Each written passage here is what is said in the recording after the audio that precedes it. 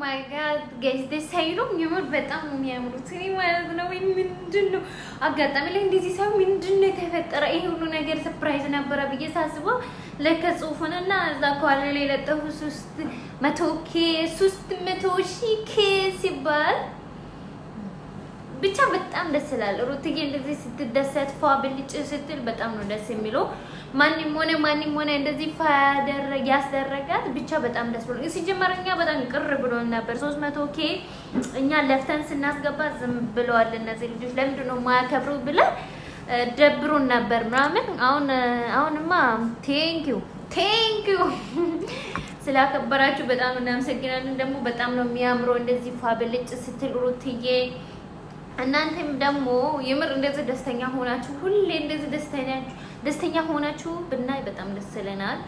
ግን በቃ ችግር አይላቀቅባችሁም።